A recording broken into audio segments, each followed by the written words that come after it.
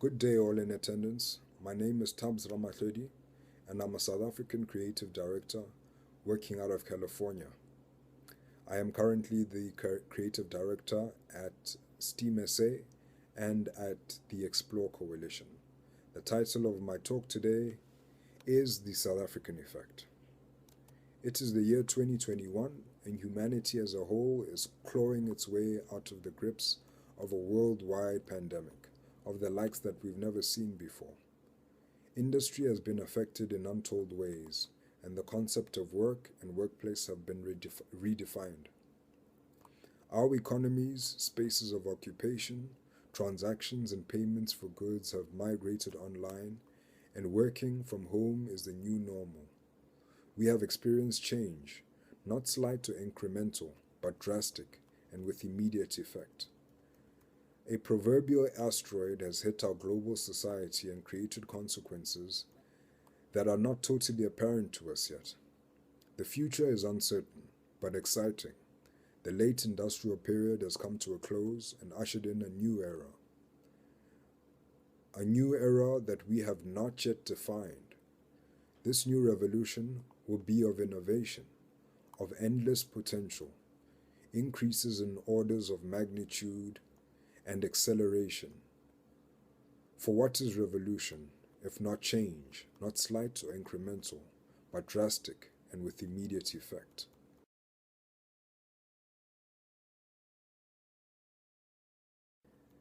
The future of learning is now in Africa.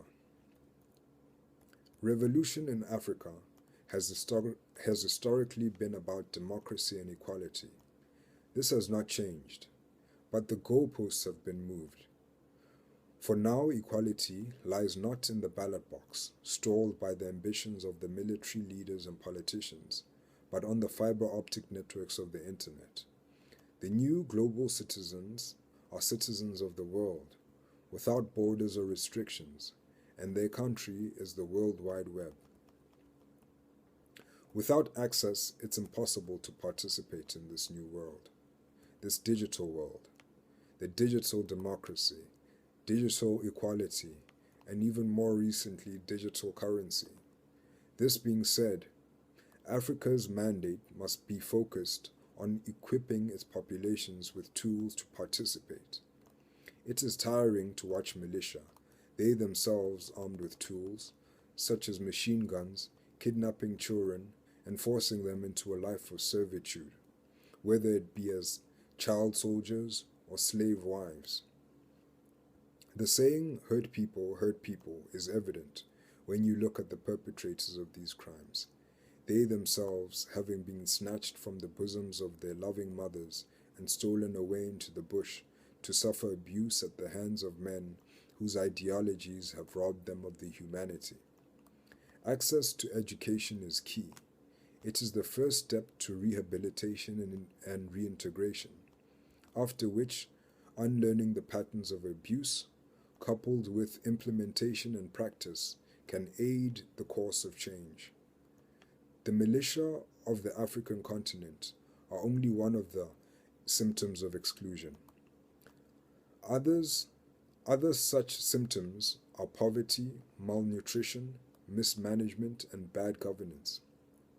Information is king, and if one is introduced to it early enough, it informs the projection of one's development, and where better to find information than on the information highway.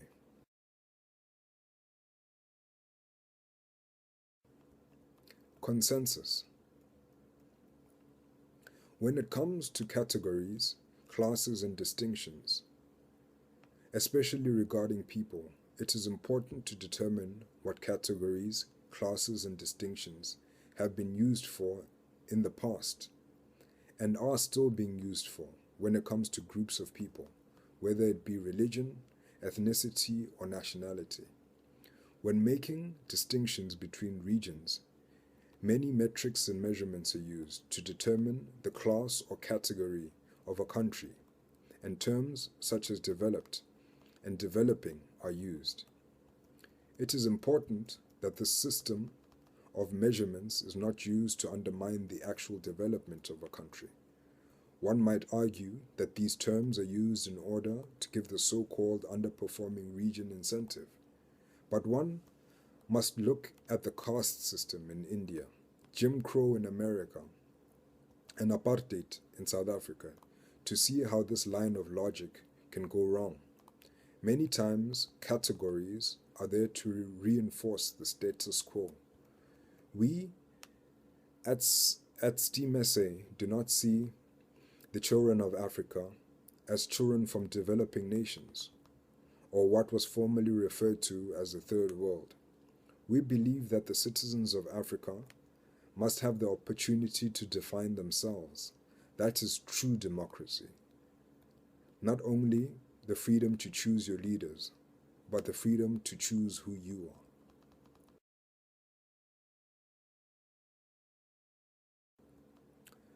South African stats and figures.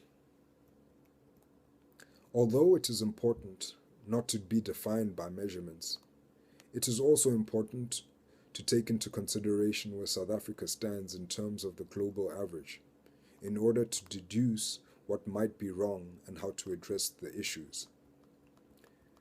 South Africa is ranked at 84th in terms of our national education system.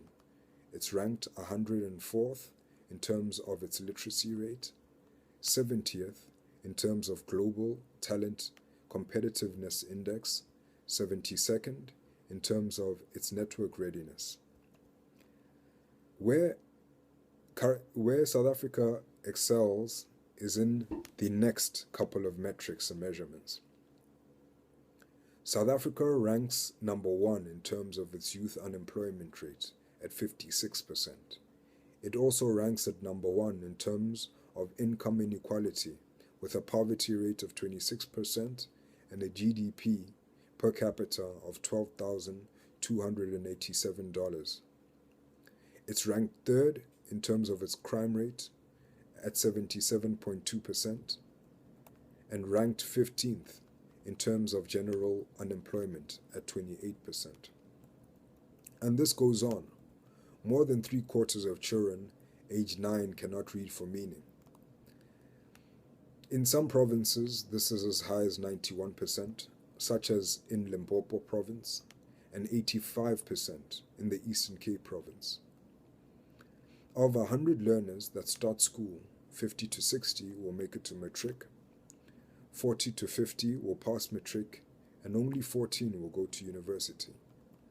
South Africa has one of the most unequal school systems in the world. Children of the top 200 schools achieve more distinctions in mathematics than children in the next 6,600 schools combined. According to the Department of Education in 2018, out of 23,471 public schools, 20,000 have no laboratories. Furthermore, 18,000 have no library, whilst 16,000 have no internet access. But there is light at the end of the tunnel. South Africa spends 246 billion, or 16.7% of total government resources on basic education programs each year. The Science Club's initiative of SASTA, as well as other programs run by many South African departments and parastatals, are making great strides in terms of engagement and effect. What we need to do better is expand access to high-quality early childhood educational programs, focus on recruiting, training, and supporting teachers, improve and expand school-based early warning systems and tie them to evidence-based interventions for at-risk students, increase high-quality second-level instructions combined with comprehensive support services, and use ICT as a tool to increase blended learning in the classroom.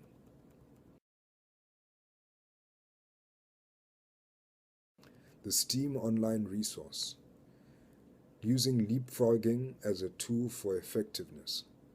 This means to expedite development and transformation by increasing literacy levels, familiarizing students with advanced concepts, and gearing kids towards global technological advances in industries. We intend to boost transformation by upskilling teachers as well as students using ICT, by using integrated teacher, parent, and childhood programs and systems. We will do this by promoting edutainment for younger kids and promoting opportunities such as grants and bursaries for older kids. We will also have many competitions and video games that will be STEM focused and STEAM focused. We will promote blended learning using cell phones as our primary tool to increase engagement. We will promote information, data-driven policy making. Data is more important than gold. Our platform will be personalized to the student, and data will be collected and used to inform policy. This is a means of crowdsourcing decision making. Some secondary considerations will be psychological, aimed at changing the students' paradigms about themselves and the poverty that they may have experienced, and behavioral economics, the effects of psychological, cognitive, emotional, cultural, and social factors on the decisions of individuals and institutions. Throwing money at the problem is obviously not working. We have to create models and systems that impact education directly, expanding on the K-12 primary, secondary schooling, vocational skills, and primary skills of the future pyramid.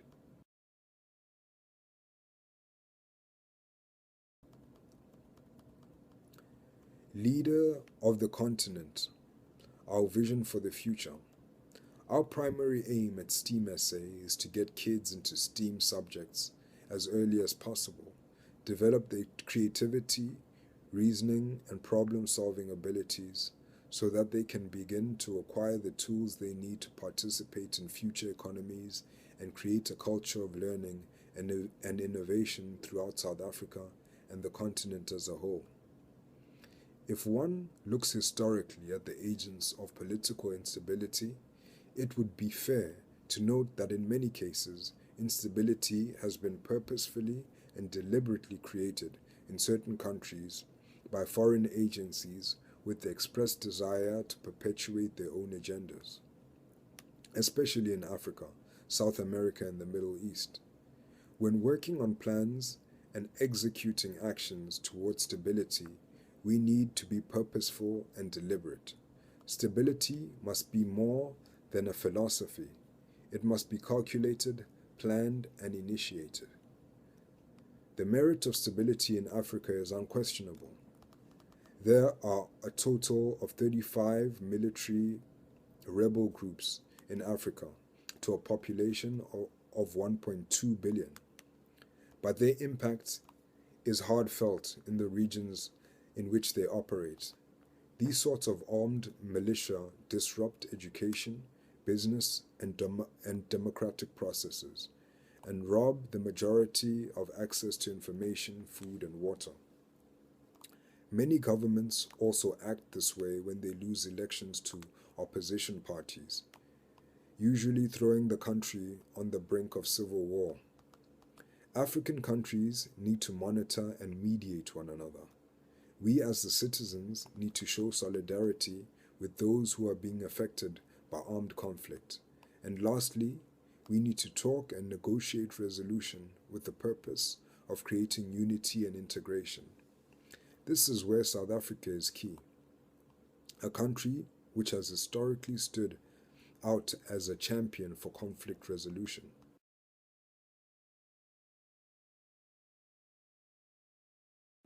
The South African effect. During the mid-90s, after the end of apartheid, there was a sense of unease and doubt and excessive violence. What the government did, in a stroke of genius, led by the then President Nelson Mandela, was to set up a commission where the victims and perpetrators of political violence could come together, talk about their shared trauma, and try and find a way towards healing. The Truth and Reconciliation Commission was broadcast worldwide and was the catharsis that the country needed, and the economy boomed under the newfound spirit of unity. This process of unity and integration had a marketing campaign to boot, with easily recognizable symbols and logos, adverts on television which would run on an ongoing basis, T-shirts, and various theme songs throughout the years. The campaign was extensive and rigorous, and it worked. South Africa, despite its deficits, is still a leader in the world and on the continent. We have a vibrant, viable economy, and our cities are ranked as some of the most beautiful in the world. The South African effect means extending these sorts of programs, this sort of spirit, to the rest of Africa as a whole. And the Explore Coalition and STEAM SA have this as one of their primary objectives. We do exciting things with exciting partners, giving children access to programs that they would not have access to otherwise. We are focused on e-learning, space, marine ecology, agri-tech, the green economy, robotics, satellite technologies, and fiber optics connectivity. We are actively seeking partners in these areas to help us prepare South African youth for the inevitable future. Africa needs to write her own story without the restrictions that internal conflict creates. We need to ask the next generation to provide solutions for a future that they will live in. We need to provide them with the best skills to ensure their success, and we need to instill in them a sense of humanity that will guide their efforts. It is in the hands of our children that we leave this world, and beginning now to provide them with the necessary exposure will surely promote them in becoming the creators, innovators, business owners, and industry professionals of tomorrow. Contact us so we can chat about how we can work together with your organization to promote open learning, projects to teach, train, and employ school-leaving youth, cartoons, toys, games, and content aimed at educating children. Also, if you are a scientist or business operator, or would like to create networks to connect directly with South African schools in our Adopt a School program, where teachers, scientists, and business professionals can give advice, guidance, and insight to students via video conferencing and recorded content. We would love to discuss anything or any ideas you might have and how we could collaborate and how we can bring the South African effect to the continent and to the rest of the world.